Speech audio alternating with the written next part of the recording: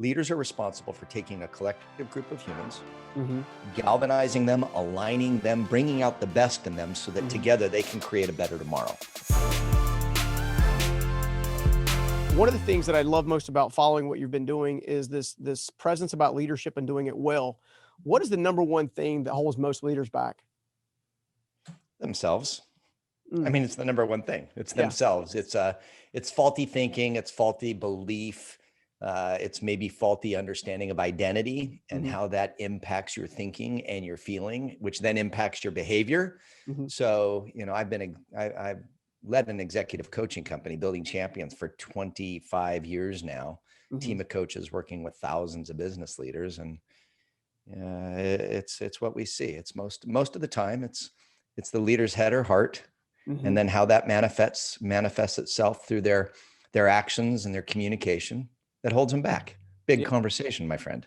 Yeah. Well, that's why I want to dig into it because, there's in the thought leadership world, right? So I know as as aspiring leader myself, I've had multiple sessions of journey around my creating of companies and whatnot. So started very early on, incredibly insecure.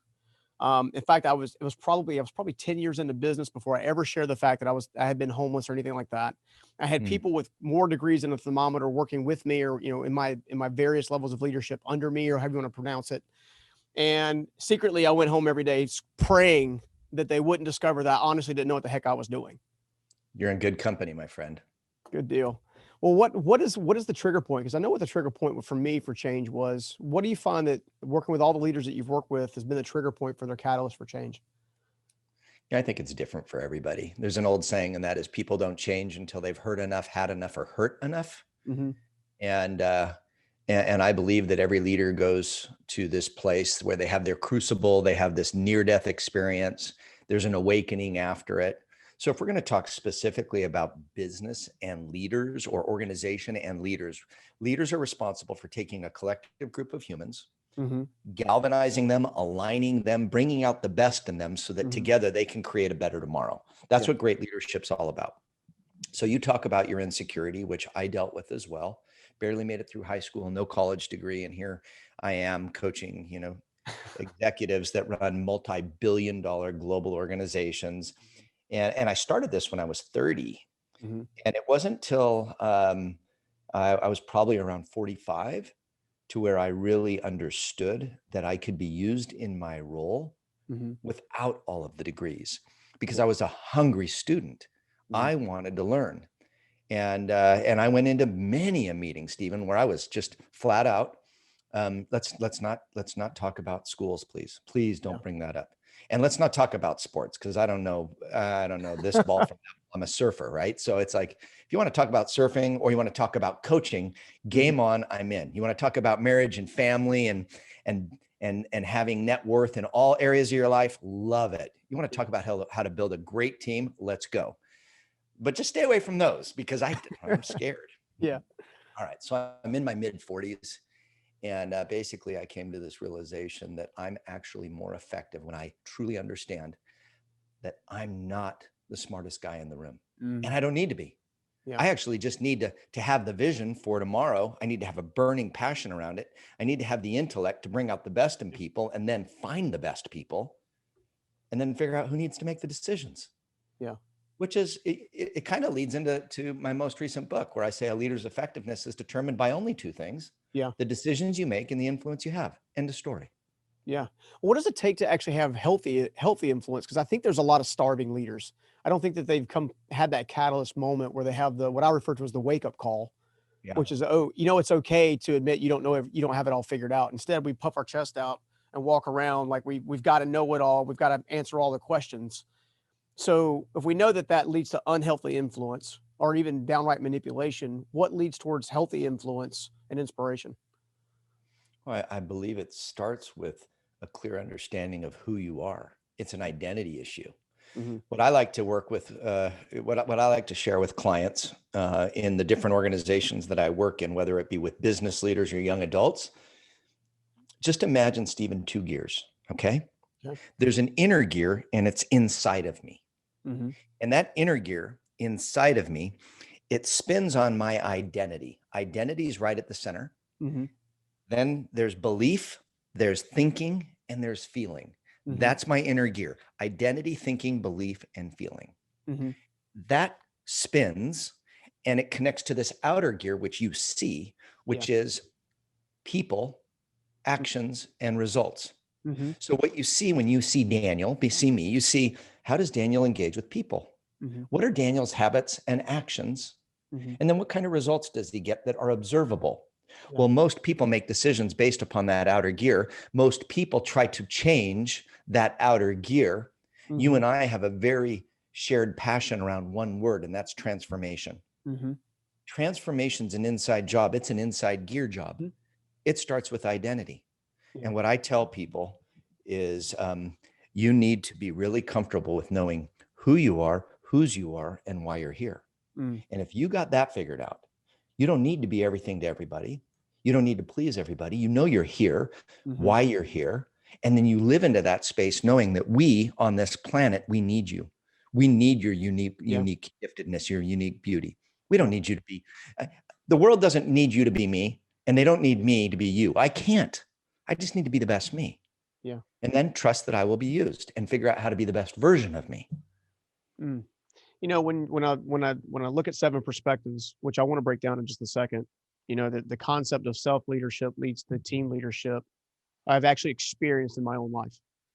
When I remember the first time I did it. In fact, I was probably 10 plus years in business, got into a top line revenue of 15 million, something to be, in theory to be like pretty excited about. Yeah. Um, I could go out and do the things that I never could do before. I could, do that at spades. Nobody in my family had ever been able to do it before. We had a fantastic relationship with the community around us, fantastic reputation with the business and the community around us. Hmm. We had all those different things going for us. And then I went to a seminar, ironically, out in Franklin, Tennessee. And in the seminar, I was kind of challenged as a leader for the first time. The core speaker was like, leaders are X. And if you're not XYZ, you're not a leader. And it really kind of pushed back, and it kind of opened my heart to the point of I learned the power of telling a story and letting people basically be part of that story. So I came back. I spent about, 3.5 hours telling my entire team everything. Like I was Awesome. totally broken. And probably 6 months in, I'm doing the right things. I'm trying as hard as I can do. I'm trying to change my entire mindset to how I lead, how I talk to people, what can be expected, communicate at a deeper level, give the details that need to kind of get there. And I remember within about 6 months, I was still like, nobody's still accepting us. Like they can't see that I'm trying. Like, that's, and then the same speaker, I had a one-to-one meeting with him a few months after that at a different event. And I stood up and in the group and I said, hey, here's what's going on. I don't understand. Like I'm trying to do all these things. I started crying in front of a lot of people. And I was like, I don't know. I don't get it. And he said, you just need to give yourself some grace. Hmm. Doing all the right things. The cadence is there. Yeah. I can sense that you feel it. I can sense that you're trying. Have some grace. Mm. And it took about 12 months of consistency to break down a decade of bad leadership. Now, are you finding that that's normally the trend? Because that aha moment, obviously nothing happens like overnight. Like when you look at the seven perspectives, how can we use the seven perspectives to aid us in a more complete transformation, hopefully in a quicker fashion so we can help more people? Well, thanks for sharing a bit of your story. It's a common one. We live in a microwave society, right? I learned something. Let me now jump into the microwave for like a minute and 15 seconds, and I'll Yeah. come out cooked and everything will be fine and it'll taste great. Mm-hmm. It doesn't work that way.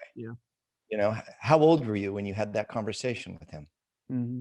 Yeah. I was probably, I may have just turned 30, 31 at the Yeah. time. So, I mean, it takes 31 years to get to who you were. The team knows you as who you were. Mm-hmm. You can go ahead and say who you are now. You've had a transformational belief experience, Mm-hmm. but that's inner gear. Yeah. Inner gear people don't see. Mm-hmm. And they don't see the results. It takes time for those gears to spin.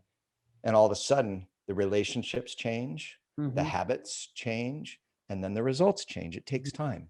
Yeah. So great advice from whomever that mentor was. on just giving yourself grace and time. So my book, The 7 Perspectives of Effective Leaders, and how do you use it to improve the results that you get as a leader.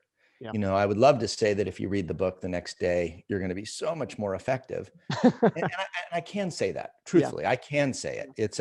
It's not theory. It's a model that I've used with some of the largest organizations in the world. My Mhm. team of coaches and I coach our clients through the 7 perspectives. We've got CEOs and executive teams using the 7 perspectives for their strategic offsites. Mhm. CEOs communicate through the 7 perspectives. The best thing you do is you fill your calendar with a focus on the 7 perspectives. You make sure that every week you're paying attention to each of these 7. So, you know, maybe what would be beneficial is if I just really quick kind of gave your Yeah, tribe a please. Yeah, I flyby mean, on they it. need to pick up the book for sure. Don't get me wrong. I don't want to spoil it for them, but Oh, believe me, I'll tell you what makes the book so great. The book, and I say that, people, please don't think that I'm arrogant. I have 20 plus amazing leaders in there who propped it up. yeah. So I've written a few books, and I'm the kind of guy that my books are never good enough. Like I'll edit them and Yeah. edit them and edit them. And if I ever watch myself speak, it's never good enough. I edit it and I edit it and I edit it. Now I'm like going to be 57. And I'm finally at a point now where I'm like, you know what? It's good enough. It's just good enough. Whatever. I hope somebody was impacted. I hope I Yeah. was spot on. So Yeah. I'm giving myself a little more grace, but I still fight those little boy insecurities in this old grandpa Mhm. body. So anyway, 7 perspectives. Okay, thesis. A leader's effectiveness is determined by just 2 things. We're talking leadership effectiveness, the decisions you make and the influence you have. Yep. Those 2 things, all categories of leadership, all disciplines fall into those 2 buckets. It's decision making or influence, whether it's strategy, team building, succession Mhm. planning, execution. It's all falling into those 2 primary huge buckets. All right, well, how do you make great decisions and grow influence in today's times, especially today being this pandemic still impacted world we live in, where Mhm. you've got hybrid work teams, you've got people that haven't seen their teams face to face in more than a year. How do Yeah. you build culture and lead an organization when you don't get to sit down at the water cooler and say, "Hey, Stephen, I got an idea." Like it's Mhm. just very Or difficult. how's And your we're all family or what's going on with your life? Yeah. yeah, we're slammed back to back, zoom, zoom, zoom, zoom, right? And so how do you do it? All right, the best leaders have intentional curiosity. Mm. And I've studied leaders. I've been using this model in organizations. It used to be 5 perspectives back in 2014. Mhm. And then I wasn't done with it. Then it went to 6, and then it was 7. And I'm like, okay, this is it. We're done.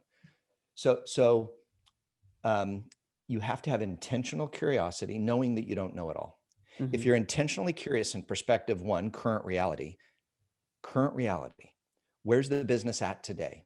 Mhm. What are the forces at work? What's it like to do the work that we need to be doing?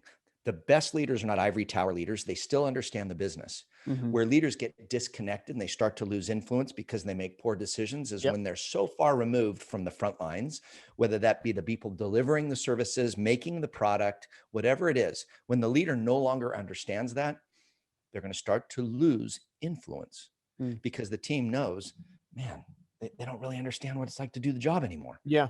So we have to go walk around cleaning up their mess because they're so focused on other things. They're just making our lives miserable and they're hurting the business. Mhm. Current reality. Imagine a GPS, Stephen. This is our starting point. Yeah. Both feet firmly planted on current reality.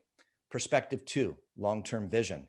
If your long-term vision isn't in writing, okay, this is ours and it's all marked up. Monday, my Mhm. team was here, 25 years in business. We continue to update and modify ours. And I'm only showing you this because our purpose is very much like yours. It has to do with Mhm. transformation. Yep. Pretty cool. Yep. If your long-term vision isn't in writing and if it's not clear and compelling, it's worthless. Yeah. Worthless. So why? If you don't have a clear and compelling vision, a vision that will cause you to sacrifice, Mhm. well, then you're not going to serve the business. You're going to actually create a fence around it. And Mhm. you're going to figure out how to, as a human, make Yeah. it serve you. You have to have a vision that's worth sacrificing for. So it's Mhm. compelling. If it doesn't cause your palms to sweat and you to feel some angst and some excitement, and if there's not a burden or a passion, well, you're not going to engage the heads and the hearts of your team. You'll Yeah. never be effective. Yeah. It needs to be clear enough to build a plan from. If you can't build strategy from that second point on your GPS destination, well, then you can't build a roadmap. Perspective 3, strategic bets. What bets are you going to place grounded in current reality, anchored in long-term vision, that if you execute on these strategic bets, you have a higher probability of actually moving the business forward to that future state? Leaders fail with strategy and execution because they're not anchored in current reality. They're not well resourced, nor are they anchored in long-term vision, and they're more of a reactive strategy based upon a change in the climate, environment, society, whatever. First 3 perspectives, okay? Yeah. All of those enable you to make great decisions and to grow influence if you have intentional curiosity and perspective 4, the team. Hey, team, what do you think? What do you need? What are you seeing? It's not you telling the team this is where we're going. There needs to be intentional curiosity with you engaging the brains, the thoughts, the ideas, the concerns of your team. Oftentimes leaders fail because they have a monologue with their team, not a dialogue. They don't have intentional curiosity. I was with a leader just the other day where, I could just tell this leader, I know where they struggle. They believe they're the smartest one on the team. And if you believe that, then you don't want to hear from your teammates because what value do they bring? Yeah, that's true. Right? Yeah, and you also take away from people that way. Like You do. I've learned the hard way that I have to even if I do in fact know a better way or know the way that maybe they should potentially take a chance at doing something, I have learned to let them do it their way, learn from their way, but more importantly, let them have the mistakes and the successes that go along with it. Because my discovery has been that's how they learn. Absolutely how they learn. And that could take you and I down a different conversation, which is around failure. And maybe we hit on that in the Yeah, moments ahead. sure. I'll wrap up the next few perspectives really fast for you, for your listeners. When you have the team's perspective, all right, now you're getting some good input, but don't miss the next perspective, number 5, which is the customer. Our businesses are all here to serve somebody. That's right. So we need to know, what do they think? What do they need? What's it like to do business with our firm? Where are they today and where are they headed? What are their concerns? Yeah. What are their needs? Where could we aid them in our area of expertise, our product or service? How could we modify it? When I've watched the best leaders, whether it be, I've coached the executive team for Chick-fil-A for years, Daimler. When I look at these CEOs, they spend time face to face with the customer and they're learning. They're asking, they're sitting in their restaurants, they're driving their trucks or their buses. They're going out and actually in the product, talking to the customers, experiencing what the customers see, need, and want, not just today, but in the future. That helps them make better decisions. Helps them to make better strategic bets. They get buy-in because they know that their opinion matters, just like the team. First 5 perspectives impacts perspective 6, your role. What are those non-negotiable disciplines and where do you need to grow as a leader? All leaders need to grow into becoming the leader the vision will require them to be. So you bring a lot of your goodness today in 2021, but if I don't evolve and if I don't continue to grow, well, then I'll be the limiter and I'll hold the business back, because what the business is going to need in accordance to my vision, what I see for us in 2030, well, I got a lot of growing to do. Yeah, me too. Me too. Final perspective is perspective 7. That's the outsider. Who is on your team outside your organization? They're transferring hope and belief and encouragement and wisdom to you. It's an executive coach. It's a mentor. It's a board. I know you're a hungry student. I have a conviction. I'm a lifelong learner and can only give away what I possess. That's right. So who am I learning from? So all great leaders have outsiders to help them to think well. Because that old saying, it's lonely at the top. Well, it is, because everyone in your organization, as good as they are, they've got skin in the game. And your decisions can help or hurt them. But who's on that person on the outside that you're willing to let them to see your take on those first 6 perspectives? They speak to your role, how you need to be thinking, believing, and behaving, so that you can be the best leader you can be. 7 perspectives of effective leaders. There you go. Man, it's such a great conversation because as you were talking, yes, I'm thinking about leadership, but I'm also thinking about life. I'm literally Mm. thinking about that's a winning strategy for life. Your customers are can be replaced with your family or your community. Your need for growth is always going to be there. I think that it's such a powerful tool because we need frameworks. Otherwise, Oh yeah. we get lost in the hustle and bustle of life in general. I'm a big believer that principles govern promises. Yep. And if you're trying to reach a certain promise, all you got to do is live by a different principle. And, with the seven perspectives, I think there's great access to wisdom that has yet to even be discovered just by utilizing the tools. Absolutely. Yeah. Absolutely. One of the things for those, so let's take a little shift here because you just said something that I agree with 100% Hmm. about frameworks. Yeah. You look at how we're doing life today.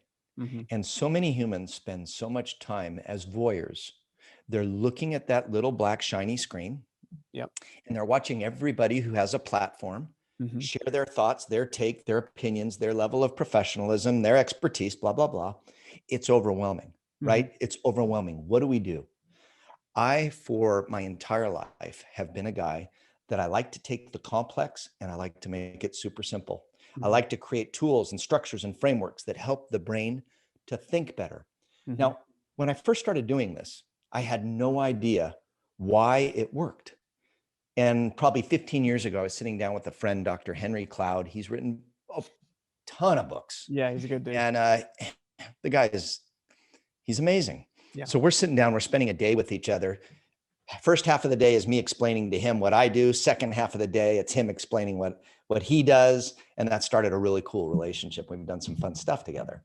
Well, Hmm. Henry's like, as I'm walking people through, as I'm walking him through my core four, this is what I do. I start off with life planning, Henry, living forward Yep. people. It's a framework for That's right. getting your life straight. Life planning, because I believe that people need to be intentionally focused on all areas of their life if they're going to be the best leaders, Yep. because nobody wants to follow a really smart leader whose life is a freaking train wreck, Yeah. right? Like, I don't want to grow up to be But you. people do it all the time. They do it all the time, but they lose that humans, teammates lose that level of commitment and engagement when they see their late leader walking off of a cliff Hmm. for the business, Yeah. because most of us don't want that for our lives. We don't want to have bad, funky, addictions, and we don't want to have crap marriages, and we don't want our kids to hate us, and we don't want to have super poor health. We Yeah. want to follow leaders who are actually growing in all areas of their life. So I'm in this conversation with Henry, and I'm walking him through it all, and he's like, "Where'd you learn that? Where'd you learn that? Where'd you learn that?" Over and over and over again. I'm Yeah. like, "I don't know, Henry. I don't know where I learned it. It just works." I said, "I've been doing it for decades. It just works." And he says, "Daniel, academia now is coming up with all the brain science around your frameworks. Help the executive functions on what Yeah. matters most, inhibit all the noise, and have a system for working memory, and you'll transform." I was like, "Really? That's what school's figuring out?" I love that. Yeah, I that's love that. amazing. That's amazing. Well, one of the greatest there's really two great struggles that I had in trying to become a better leader, and still even to this day struggle with to a degree because to your point earlier, hungry, voracious learner, always wanting to improve. I know that the journey's not over until I'm in heaven kind of scenario. Yep. Um, there's my first greatest problem that I ever had was trying to build a business without building myself. And the second was very similar in that lack of focus created multiple distractions, which kept me from leading well to begin with. Yeah. How can leaders learn to be less distracted and more intentional in their overall process of being leaders?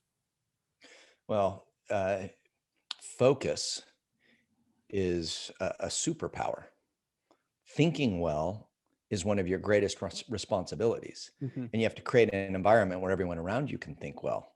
Henry Cloud, that comes from him. Yep. Um, so what happens is, if you focus on each of these seven perspectives and you spend a good chunk of your days Mhm. learning and understanding current reality, you can't just trust reports. Yeah. You have to walk through the organization. You need to have the freedom as a leader to ask anybody in the organization anything you want. And your leadership team needs to know that's not micromanaging. Yeah. You're not looking to hang out your team. You're not looking to be judge and catch them doing wrong. You're looking to be coach to help them to do right. Yeah. So when you understand your role is to cast a vision, align yourself with the absolute best people, then resource and coach them in order to accomplish the vision, that's your job. Mm-hmm. Well, then everything changes. So you fill your days with a lot of the right things. And I like to say you say yes to the good so you can say, you say no to the good so you can say yes to the great. Mm-hmm. You need to know as a CEO, what are the great, true, high payoff, only you can do, only you should do 5 or so functions, 6 or so functions on a daily and weekly basis. And then you figure out how to surround yourself with the best and right people to delegate the rest to, because what they need you to do as a CEO or a leader is they need you to be casting vision. They need to make sure they need you to understand current reality. They need you to be speaking into strategy. They need you to be connecting with all external constituents, and they need you to be the one that drives culture. Mm-hmm. How you show up, how you walk, how you talk, how you listen, Yeah. you set the tone for culture. And if you got crap culture, look in the mirror. It's not your people's fault. It's yours. So right? true. So how we show up, all of that, those are like, the non-negotiable high payoff activities, those few things that I just walked you through that every leader needs to make sure they're doing. Well, let's, on the subject of vision casting, because you hear thought leadership all the time talk about the importance of vision casting. And one of the things that I've both experienced and seen with other leaders, with other businesses and other areas of the marketplace is the misunderstanding about what casting a vision is. So I'll take it back. So one leader comes up and he says, well, I casted a vision. I'm like, okay, well, tell me, what'd you say? I said, we're going to be a $50 million business in 5 years. And no, that's what I told him. Okay. Another person comes up and another leader comes out and they say, well, I just casted a vision. Yeah. What was it? I talked about the way in which we're going to treat the marketplace, the way in which we're going to treat the team, the way in which we're going to treat how we conduct our processes and how it's going to improve everybody's quality of life and what our ultimate revenue projections might be and things of that nature. But even in both of those types of leaders, and I've been both of those types of leaders, if I'm being honest, there are times that I'm not sure I can fully articulate what I see in my head as being the vision of what the future holds, therefore making it more difficult to cast a realistic vision for the team members.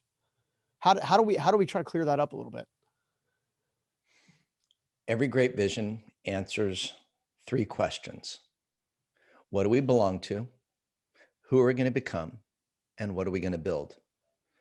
I walk all clients through 3B vision. When your vision can clearly answer, what do we belong to? Who are we going to become? And what are we going to build? Yeah. Well, now it can be compelling, because what we're going to build should cause you to get pretty excited. Yeah. Who we're going to become should cause you to be pretty excited. And what we belong to should bring the right people to the table. Mm. The problem with your example of person number 1, we're going to be a $50 billion, $50 million, whatever it is, who gives a rip? Yeah. I mean, nobody wakes up super excited to make shareholders richer. Like, that is not what I want to trade my life in for. Yeah. And, years ago, this has got to be 20 years ago. I was in your neck of the woods 20 years ago with John Maxwell. John and I did something called Real Teams, and we traveled all across the US doing these half-day events called Real Teams. Mm-hmm. And when I was doing my portion, I would talk vision, and we'd have rooms full of leaders. And I challenged them. I said, I would love for one of you to stump me. You tell me what your business does, and I will help you to find why it's needed in the world, what your greater purpose is, what it is that you transfer that can be incorporated into your vision. Never stumped. Never stumped. Yeah. I don't care if you make, this little gizmo for this little gadget that goes into a sprinkler head. Mm-hmm. Well, why is that important? Well, it saves water, which is great for the planet. Mm-hmm. And by using it, you have beautiful yards. So you have neighborhoods that are aesthetically pleasing, which gives people pride of home ownership. And it just makes our world a better place to live, because look, it's green and it's pretty, right? Mm-hmm. So you have to figure out ultimately, what does the little gizmo and the gadget actually contribute to? And everybody on the team, whether they're accounting for that little gizmo gadget or whether they're actually building it in the factory, they need to know every time they go to work, they're saving the planet by reducing water. They're making, water use is going to be, and this is just a silly example, Stephen, Yeah.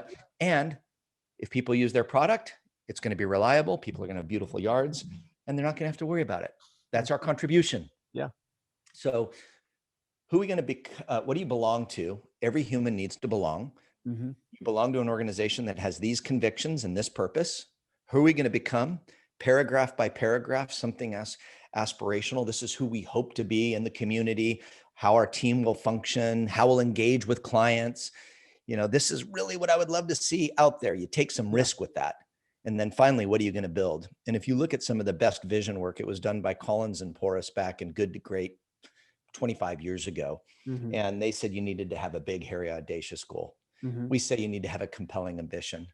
What is it that would require a Herculean God-sized effort? We would all need to strive in order for this to happen. And if it's connected to a dollar amount, you missed the mark. Yeah. You missed the mark. Yeah.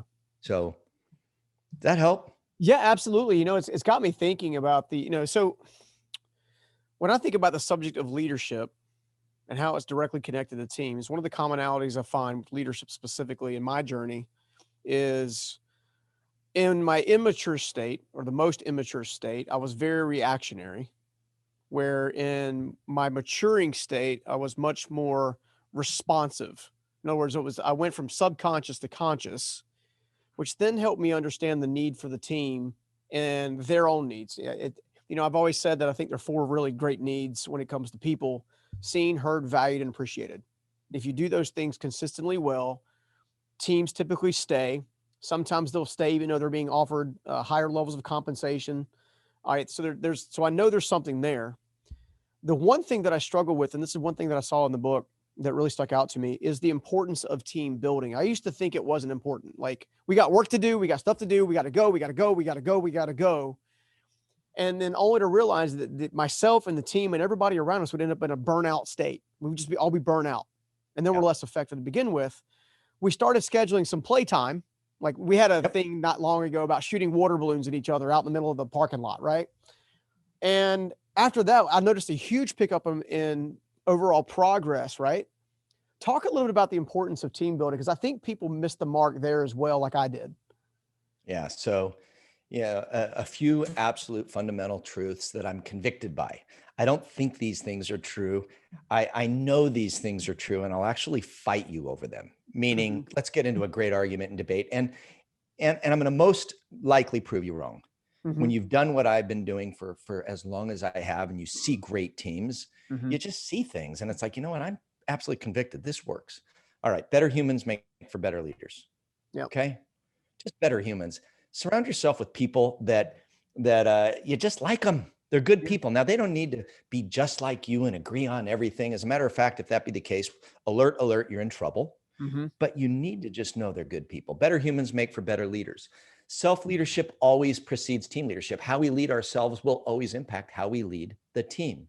Team effectiveness and the effectiveness, the trust, all of Patrick Lencioni's work around a functional team versus a dysfunctional team, absolutely spot on. We do that with all of our executive teams. And so teams need to trust one another. They need to be able to engage in healthy conflict. They need to hold one another accountable for not just results, but for behaviors. They need to be committed to what it is that they're doing, and they need to focus on results. Read The 5 Dysfunctions of a Team, or The Advantage by Patrick. Great work, right? Yeah, absolutely. Now, when you're a healthy team, you're a aligned team, and when everybody, all right, has the ability to do their job.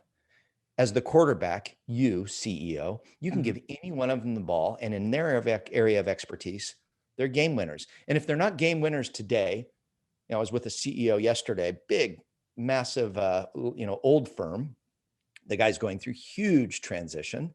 Yeah. And we were talking about one specific individual on the team. If on a scale from 1 to 5, the player's a 3. If you don't believe you can coach them up to a 4 or a 5, yeah, well, then the whole organization's going to know that we're not going to win because you accept a weak link. Mm-hmm. And you're going to create support structures around that 3, which will cause resentment and it will cause dysfunction. Mm-hmm. Now, it's okay to have a 3 on the team Mm-hmm. if you know you can coach them up to a 4 Yeah. and you're doing so. And then they can actually become a 5. Mm-hmm. That's what you need. All right. If you have a team that is on a scale from 1 to 5, they're 5s or they're on their way to be 5s, they're an effective team. They're aligned around vision. They engage in healthy conflict. They've got each other's back. They're high trust. They're there to serve and support, not there to be served or to fry or hang out to dry one another. Mm-hmm. The rest of the organization watches that team. They listen to that team. And that team creates this wake for the rest of the organization to follow. Self-leadership always precedes team effectiveness. Team effectiveness always precedes organizational impact.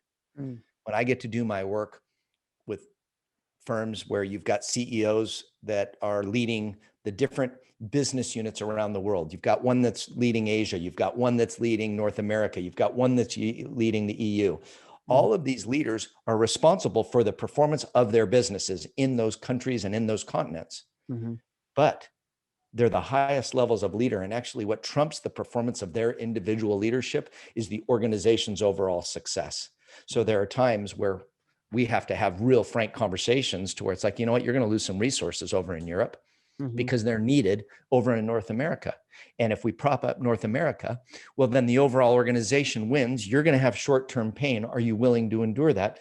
Because you are responsible for the overall organization. Yeah. Best leaders understand all of that, and they're selfless in serving the organization for a better tomorrow. Yeah. Well, I'm glad you brought up short-term pain because that's one of the things that I've seen with a lot of folks is, and this is one that I've historically been fairly strong at. I love change. I like innovation. I like trying to think different. I like trying to start something new. But I've noticed that a lot of the leaders that have been part of my businesses in the past that have moved on, the number one thing that held them back in many cases from an organizational standpoint was we would have to pay a short-term sacrifice and they didn't want to do it. It's going to be too hard on me today, not thinking about how it's going to, make our successful in 5 years from now or 3 years from now or whatever. Do you find that in a lot of, like, call it maturing leaders in all your work? That same tenacity? Yeah. What happens, Stephen, is that we as humans, as we age, we get into patterns where being comfortable matters more as we age than it did when we were younger. So there's a very real human aging element to it where, like I said earlier, you want to start to build a fence around it so that no enemy creeps in and takes away the goodness. So you move from a conscious offense, we're going to build something that's going to be kick button amazing, to a subconscious defense, which is, boy, this is good. I make great money. I'm respected. I've got clout. What I say goes. It serves me well. It may not be that blatant, but there are those subconscious realities to where it's like, I don't want to grow anymore. I've been growing for 3 decades and I'm tired. I just want to, okay. Hey, leaders, if that's you need to look at your vision. It's not big enough. And you need to figure out what's going to compel you to move forward, or you just need to step aside and find a role where you can be an individual contributor and not hold the organization back. Yeah. That's one group. Then there's another group, Stephen, where it's just some back to that inner gear stuff. Fear holds them back. Yeah. And they don't want to take another risk because actually what they're experiencing right now, they're winning. And if you've done any research on Dr. Carolyn Dweck and her book Mindset, have you read that one? I have. Excellent. Growth mindset versus a fixed mindset, all to do with how we deal with failure. Yeah. There are some people based upon their nurture and their environment during their first, let's just call it 14, 15 years of life, where as a result of their environment, they believed they would only be loved if they got great results and if they performed really well. So what happened was the world told them they were crap unless they did something really great. You were the best, you were the prettiest, you were the fastest, you were the strongest, you kicked the most ass, whatever it was, right? So it was an affirmation, an accolade over results instead of effort. The people that continue to grow and have just this insatiable appetite for growth are people that know failure is a learning step Yeah. in the path to success. And I'm no less loved if I fail, Mm-hmm. because in my early years, I was told that I'm special, I'm good, based Mm-hmm. upon just effort and trying to do well and be the best that I can be. It's a being thing more so than a doing thing. Yeah. Yeah. I love it. I love it. You know, if you got time for one more question, I want to touch on something that we had a chance to just briefly talk about before we popped on the air, and that is set path. Yeah. What you know, with all the success, all the things that you've done, all the different massive leaders you work with, why is that has that been such a burning position in your heart, and what are you trying to do with it? What are you trying to create? All right. So just don't let me forget. I want to give your followers some tools, including you. So I'll do a Absolutely. little giveaway at the end for you folks. Direct you somewhere. Set Path is birthed out of a passion of my wife, myself, and my family to transfer hope and belief into America's young adults. Yeah. Sherry and I have been married 33 years in July. We have 4 beautiful kids, 2 of them married, so 6 beautiful kids, 2 grandbabies. But we've also had 9 other young adults living with us from 96 through today. Some of them came in just in some rough shape. They Hmm. leave doing really well. They're beautiful, and they're part of our extended family. And I believe having all these young folks around just keeps me younger. It's good for me. And Yeah. we're so blessed as a result of doing it. People are always like, wow, I don't know how you could do it. That's just, they come in with addiction, or they come in some dark places. It's so wonderful to create space where you get to share and cry and pray and serve and think with young people. I love it. Yeah. Okay, Set Path is birthed out of that passion. Hmm. So Set Path is a community benefit, not for profit, where we are going to give the model, the framework of life planning that Michael Hyatt and I wrote about in Living Forward. It's a model that I've used at Building Champions with my coaching company for 25 years. All leaders go through it. We've rewritten it. We've created a highly illustrated, gamified version of it for America's 15 to 30-year-old. We're almost ready to release the beta and Yeah. pilot it. We're just a couple months away. We're training up guides. So we're going to bring this life planning and mentorship to America's young adults, and we're charging nothing. Wow. Corporate America is helping me to fund it. That's So amazing. I've got, I think I'm 1 month, maybe 2 months away from the IRS approval. We filed December 30th, Hmm. and setpath.com is where you learn more about it. Buildingchampions.com is for you business and organizational leaders. I Hmm. mentioned 3B Vision. Yeah. And if you want to give that away, I'd it's love on to. my website. Yeah, I'd love to. So you can go to resources at buildingchampions.com, and you can download under resources any of the tools that we're talking about: the life plan, 3B Vision, a 1-page business plan. Yeah. You can go and look at the 7 Perspectives book. There's a free assessment there. I like to give a whole bunch of stuff away. So Yeah, and it shows in the work. I mean, the work is sound. Your book's definitely a highlighter book. There's doubt about it. There's yay. plenty to learn, and that's why I wanted to have an open conversation around everything that encompasses everything you've been working on, because I think it is so incredibly impactful. We do both share a heart for transformation, and Yeah. at a very deep level, you know. Yep. So one final question before I let you roll. Who does my hair? The same guy that does yours. What? What's the Right? next question? Sorry. For sure. No, the final question is, what does a life well lived look like for you? Mm, great question. So I have a prayer every single morning. People, I always like to say this when people are listening to me in the business realm. One of the things that I learned early on was we do ourselves well not to listen with the intent of agreeing or disagreeing or judging. Suspend all of that and Hmm. look for the nugget. Understand how some other human's journeying. So I'm a man of faith. I go face down every morning and I pray. And the first part of my prayer is always me just acknowledging who God is and who I'm not. Yeah. And that's big. I'm not on the throne. I'll tell Hmm. you what, man. Yeah. I control so little. Um, and I'm grateful every day I wake up. I woke up. Yeah, baby, let's go. Yeah. Part 2, Lord, help me to be who you want me to be so Mm. I can do what you want me to do. Help me to see people like you see them. Help me to love them like you love them. Help Mhm. me to serve them in ways that bring you fame and you glory. Mhm. Use me today to flip the switches up on every heart of every person I meet. Yeah. I strive to please an audience of one. That's Yeah. part 2. Mhm. Part 3 is me begging for help and intercession and health and goodness for everyone around me. Mhm. So your question, a life well lived. My wife at the end of life has been my most intimate best friend. Nobody I'd rather spend time with. My kids are my best friends. I dig them, and who I say I am to you is who they believe I am when I'm with them. Mhm.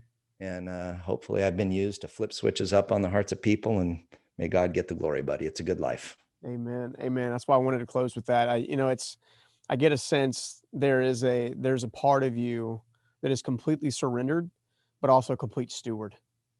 Mm, And just from me to you, thank you for stewarding so well, for being obedient in writing, for being obedient in teaching, for being obedient in leading and teaching leaders. That's how you make transformation at scale, and you're already doing it. And I know, and the crazy part is, that in many ways, you're just getting started again. You know what I'm saying? Like it's not done. So no, I tell you what, at soon to be 57, um, retirement's not a concept for me. Maybe a little yeah, bit more free time to go surf here and there. I was actually trying to do a strike mission to Mexico last night. I was like, all right, I'm going to leave tomorrow night or Friday morning. I want time to be able to do those kind of fun things, which have yeah, always been a part of my life. But even in that, I always want to be used.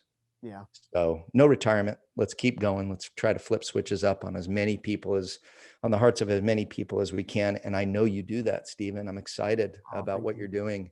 thank you, And I love the difference you're making. I really do. You're a stud. thank you very much, man. I've loved hanging out with you. We'll definitely have to do a lot more of this. There's no doubt.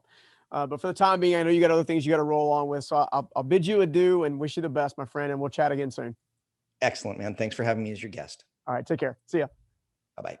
Guys, I told you Daniel Harkavy is legit. And if you haven't already done so, make sure you go pick up your own copy of The 7 Perspectives of Effective Leaders. I know it will bless you. It's blessed me. It's turned into a highlighter book for me. But in the meantime, if you love that interview, I know you're going to love this one right here. So go ahead and check it out. Nobody has an excuse, Stephen. No one has an excuse. If they do, they're not seeing that they can actually get there. For some reason, they're stuck, and we've all